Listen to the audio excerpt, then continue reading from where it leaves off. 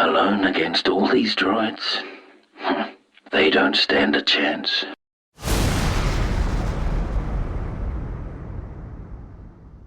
Django Fett on the job.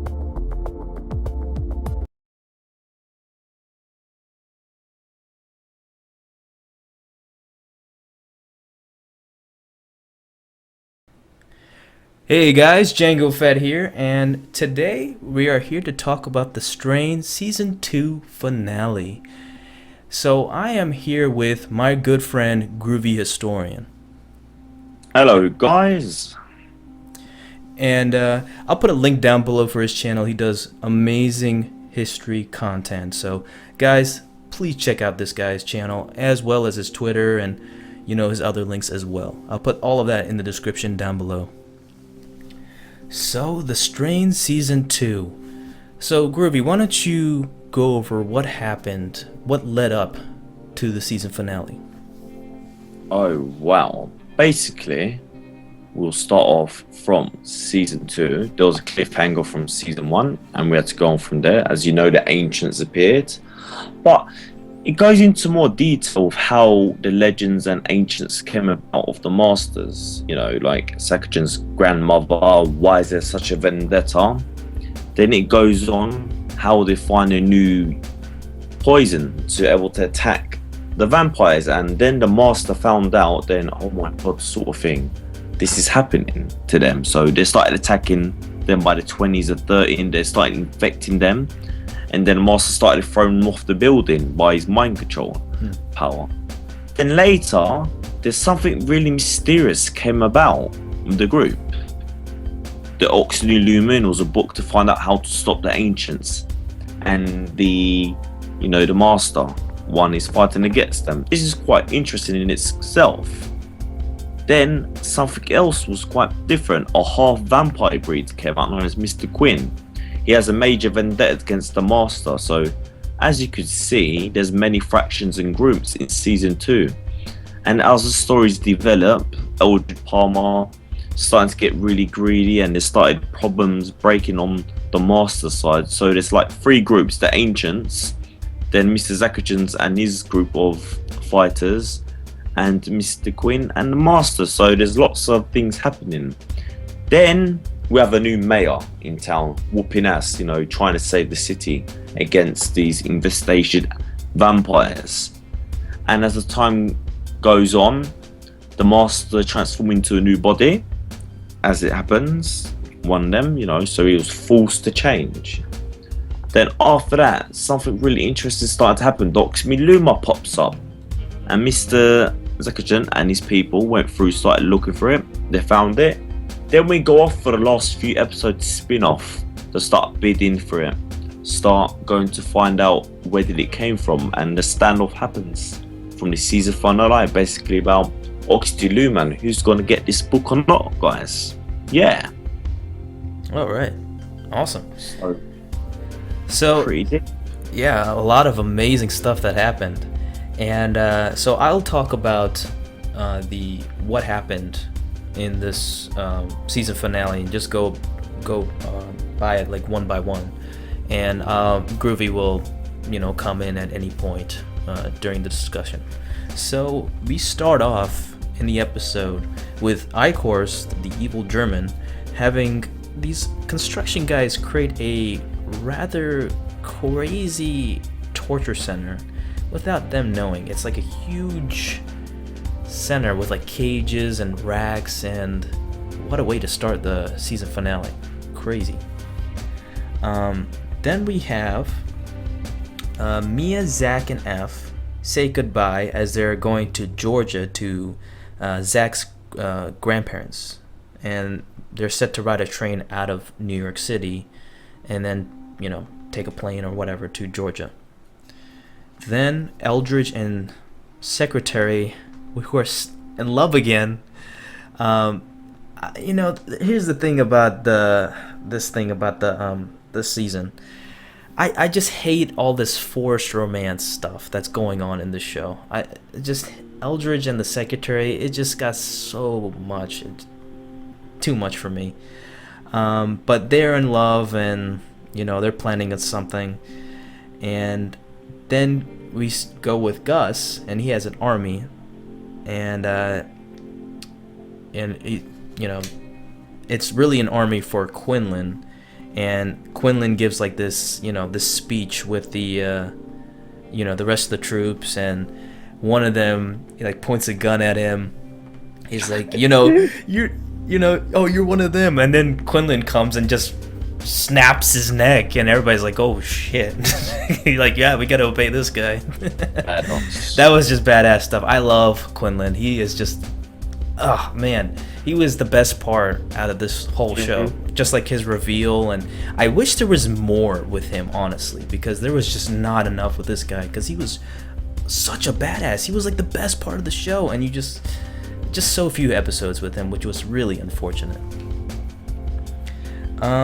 So then we have the auction with Eichhorst and Abraham, and they go to I think is Cream, I think that's his name. He sets up an auction for whoever can buy the Oxydo Lumen, like this really evil book which tells the tale of the Strigoi and how to stop them. So the vampires want to get it, Eichhorst wants to get it, and Abraham wants to get it at the same time. So at first, Eichhorst seems to win because he has a lot more in the bank. Then this transaction didn't verify, and it ends up being Abraham who wins at the end. So he gets screwed by Eldritch, who is supplying the funds for the Oxydo Lumen, but in the end, Eldritch cuts him off. So just crazy stuff happening in between, like with the vampire group going on, vampire and human group. So then we have, Eldritch just screwed him over, and then Abraham wins the Oxydo Lumen. Then we have Abraham and Fett. They get attacked by Eichhorst like 10 minutes later, with a ton of vampires by his side. And then out of nowhere, Gus and his gang show up and take out the vampires. And here's the thing about this show, it does well, is the action. The action is phenomenal. I love the part. I mean, just the action in general. And what's really cool is also in just this unique scene is that it like pointed down the camera right to the guns, and it looked like a video game or something, and they were just like shooting down the vampires, and you were like in control of the gun. It looked like you were in control of the gun, just shooting vampires. So that was really cool that they put that in the show. And then I mean, that was a really great addition. And then as they board, what's their name? Max, Nora, and F. They go on the train, and Max's mother is actually watching them, and she's a vampire now. And F goes to get drinks, and their train gets turned over, and vampires are everywhere now, like all across the train. And then this little shit, Max, I think that's his name, Max, right? Yeah, it's Max, and this little guy, man, Max, he gets Nora killed, man. He does. And so Nora tells Max to run away, and Nora is facing off against, Max's mother, and Nora is about to kill the mother, Max's mother. And then at the last moment, Max is like, no, don't do it. I don't get this kid. It's like 3 or 4 times now that he's seen his mother as a vampire, and he's living in his fairy tale world that he thinks that they can be cured, and that's really my mother. It's not a vampire, of course, she can't be redeemed. That's just bullshit. How can you not see that? I hated that part of the show. That like he should be like convinced, like this lady is crazy. She's out to kill me. She's not my mother anymore. But he's so in denial, and he ends up just walking away with his mother.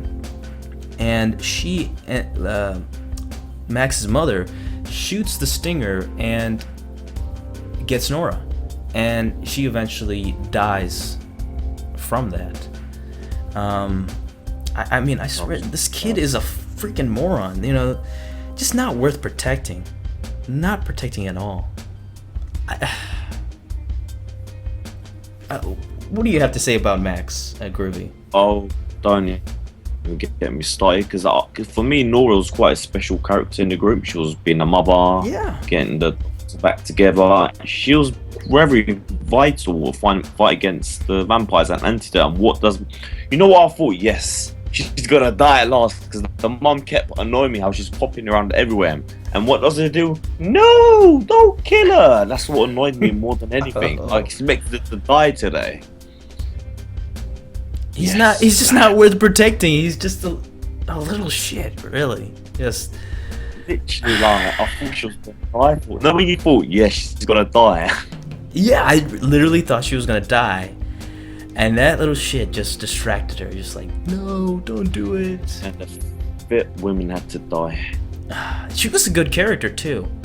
I liked Yeah, her. really smart. No, for me, she was one of the best women characters. Trails on there. And I thought Dutch was really annoying. Amazing. I honestly. Oh, The Dutch she was character, the blonde No, character. no. I thought she was cool, man.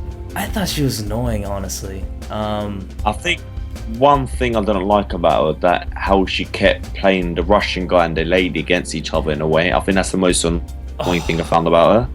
Yeah, I hated that love triangle thing. That was just so forced. Like I didn't want to see that. Like that takes me away from the action, and it just makes me deal with like this just stupid romance that's going on. But anyway, you know, Nora gets killed, but not Dutch. You know, Dutch wasn't even shown at all in this episode. I guess she's like gone for good after the last episode. Right. She'll probably pop up in season 3 anyway. What a weird feeling. Yeah, she'll probably show up.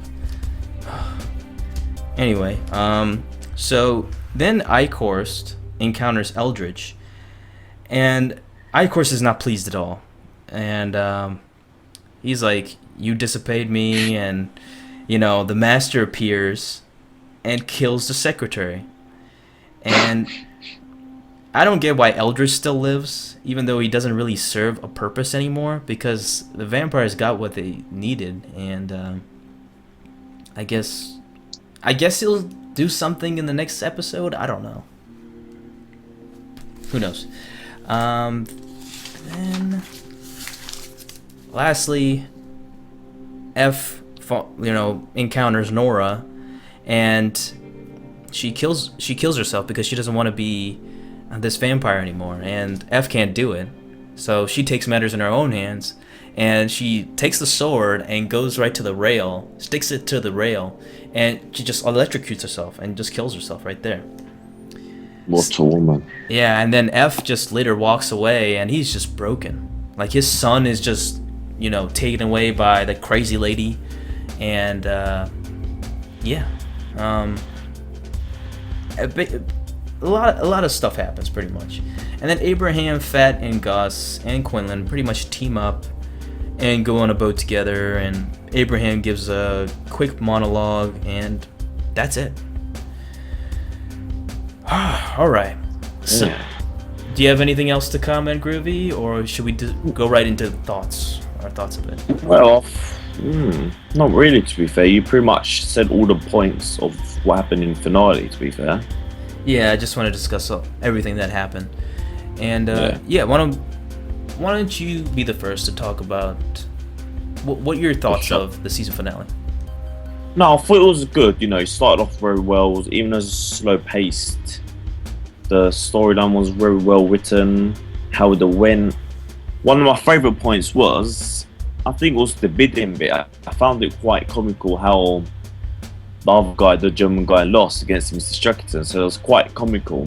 Then we go to the fight. The fight was amazing, but I think what wasn't so good, because I was expecting Mr. Quill and the Master to have a fight, or his lackey, the German guy, to have some sort of fight. But I think those are some of my concerns in it, to be fair. Okay. Yeah. So you're looking forward to season 3 then? Pretty much, yes, but my hopes of how well they're gonna do, because it was a pretty solid season 2 and the finale, but are they actually want to go into the Master's origins? I want to know where he comes from and how far they come from, and will they stick to source material or not? That's more interesting than ever. Well, I think they explained it in season. Oh, I think the first episode, or when he took the body. Yeah, that's what it was. That was different. But that's not Master himself. That was a different opinionation of Right. like where all the ancients come from. That's what intrigues me. Was it by an yeah. angel? Or was it cursed by God? You know, so things like that. Basically, he's the angel of death. Interesting. Yeah, in the comics, he's actually the angel of death. He's depicted as the angel of death. Serious. So death itself. So he actually can't die then. We'll see. Who knows? But angel of death. If we talk about, that's left for another time anyway. I guess. Yeah. We don't want to go right into that. So my thoughts, I was actually on the other side of it. I've read all the comics, not all the comics. There's like another 2 volumes of it that I haven't read yet. But I have read in connection to season 2 of the show, and I honestly am disappointed. I expected more, especially from this finale, and I loved the beginning of the show. The beginning was amazing, absolutely fantastic. The first half was great. The second half kind of died down for me, and it just lost that that strong feel, the strong pace of the beginning to me. So I was disappointed the fact that the characters are all different.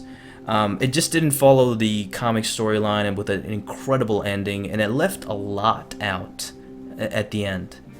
And I expected something big to happen. And if you read the comics, you know what happens at the end is termed the fall. And there's a reason it's called the fall. Is because it's the fall of humanity and it's the fall of the world itself. And it's world-ending shit right there. It's honestly world-ending craziness. And there's a lot of stuff that happens, and there's not a lot of action either. And I expected like this big encounter with the Master, Abraham, maybe Quinlan too. But to me, it fell flat. The action was cool in here. It happened in like the halfway point, and then it just died down, and it just lost it for me, honestly. And I mean, I know that most of these TV shows that are based on comics or novels, they don't follow suit, and I understand that. But for mainly the comic storylines, they shouldn't be afraid, if these TV show writers shouldn't be afraid to use more of that source material, or use exactly from the source material, because I guarantee you that probably around 70 to 80% of viewers who are watching your shows like The Walking Dead or The Strain have never read the comics. So it'd be totally unpredictable, and they would not see what's coming, because I guarantee you if they followed what The Walking Dead did or The Strain did, people would be jumping out of their seats overly praising these shows like no other. Now I know they're doing it with The Walking Dead, but they changed it up a lot, so I can't really say The Walking Dead now. But The Strain, they could have followed up to that material, but they didn't. They did something completely different, and I just felt the writing and the pacing was just everywhere, not just for the season finale, but for the show in particular, the whole season. And I'll explain more upon that in my review. I'll do a whole review of The Strain season 2. It's not going to be for like another couple weeks or so, but I'm going to say a lot more pros and cons and a rating for that show in the next coming weeks. So yeah, thank you, Groovy, for joining me, man. I really appreciate it. Any final thoughts? Well, the better improve on season 3. I mean, you won't be happy, and I want to see more of the story. Yeah. Yeah, well, it's pretty okay to be fair. You know, I'll say, you want to rate it for the season finale, or should we leave it? Yeah, we can rate it. Yeah, that's fine. Well, so should we rate it out of 10, out of 5? No. What do you think?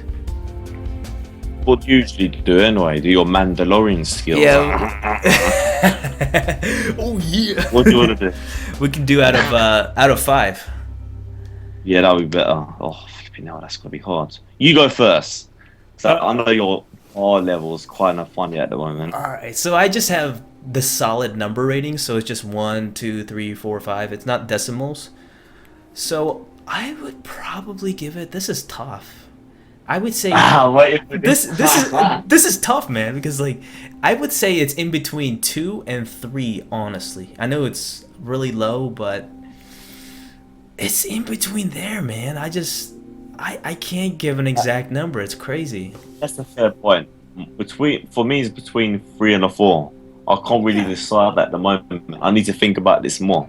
Yeah, we can't even do the rating, man.